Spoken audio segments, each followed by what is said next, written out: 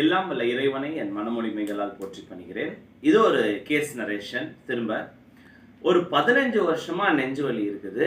Patient சொல்லுவாங்க இல்லையா, நானும் பார்க்காத டாக்டர் இல்லை, போகாத ஹாஸ்பிட்டல் இல்லை, இசிஜிலேருந்து எக்கோலேருந்து ட்ரெட்மில்லு ஆன்ஜியோகிராம் வரைக்கும் பண்ணி பார்த்துட்டாங்க. இவர் தொடர்ந்து வரதை பார்த்துட்டா டாக்டர் என்ன சொல்லிட்டாங்க, ட்ரெட்மில் வந்து 4 தடவை பண்ணார், பாசிட்டிவாக இல்லை, நெகட்டிவாக தான் இருந்தது. இவருக்கு வர வழியை பார்த்துட்டா இது பாசிட்டிவாக தான் இருக்கும் போல இருக்குன்னு ப்ரூஸ் புரோட்டோகால் படி ட்ரெட்மில் நெகட்டிவாக இருந்தாலும் ஒரு இடத்துல மட்டும் ட்ரெட்மில் பாசிட்டிவாக கொடுத்துருக்குறாங்க அப்படின்னு ஒரு முன்னுக்கு பின்னா ஒரு முரணான ஒரு செய்தி. இவர் தொடர்ந்து இருதய டாக்டரை பார்த்துக்கிட்டே வர்றாரு. டாக்டர் பயத்தில் என்ன பண்ணுறாங்க, எதுக்குமே ஒரு பிளட் தின்னர் ஆரம்பிச்சிடலாம் அப்படின்னு சொல்லிட்டு குளோபிடோகிரல், ஆஸ்பிரின், ஏன் ஒரு இடத்துல வந்து அந்த புதுசாக வந்திருக்கிற இந்த அபிக்சபன் 2.5 அதை கூட ஆரம்பிச்சிட்டாங்க.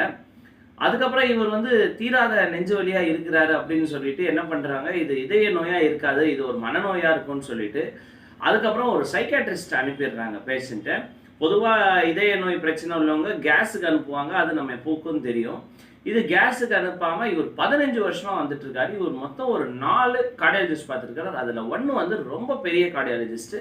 அவர் ஏறத்தாழ வந்து ஒரு நிறைய ஹார்ட் டிரான்ஸ்பிளான்ட்லாம் பண்ணவர், ஒரு ரொம்ப பிரசித்தி பெற்ற கார்டியாலஜிஸ்ட்னு சொல்லலாம். எல்லாரையும் சுற்றி வராரு, எல்லா தரப்புலையும் போய் பார்க்குறாரு. எல்லாரும் வந்து உன் நெஞ்சு வலியே இல்லைப்பா அப்படின்னு சொல்கிறாங்க.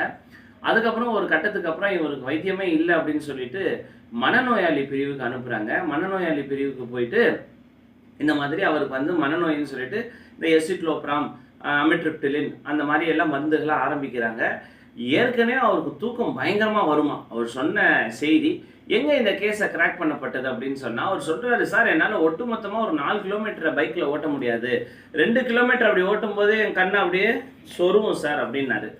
அந்த மாதிரி பேஷண்ட்டுக்கு போய் அமிட்ரிப்டிலினும், எசிக்ளோப்ராமு, குளோனாசிபாமு, டயசிபாமு, லோராசிபாம்லாம் போட்டால் என்ன ஆகும், வெந்த புண்ணில் வேலை பாய்ச்ச மாதிரி ஆகாதான்ற ஒரு கேள்வி.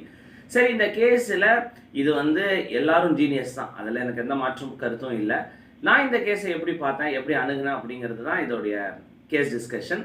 ஸோ இந்த பேஷண்ட் வந்து என்கிட்ட சொன்னார், சார் என்னால் ஒட்டுமொத்தமாக ஒரு 4 கிலோமீட்டர் பைக் ஓட்ட முடியாது. இதுதான் அவர் கொடுத்த ஒரே ஒரு லீடிங் பாயிண்ட். இந்த ஒரு லைனை மட்டும்தான் அவர் வந்து சொன்னார். மீதியெல்லாம் நான் அவர்கிட்ட கேட்டேன். அடுத்த கேள்விகள் என்ன கேட்டேங்கிறது வரிசையாக சொல்கிறேன். பைக் ஓட்டிகிட்டே இருக்கும்போது எங்கேயாவது சொருகிற மாதிரி இருக்கும் சார் அப்படின்னு சொன்னார். அப்போ நான் சில அடுத்த கேள்விகள்லாம் கேட்டேன்.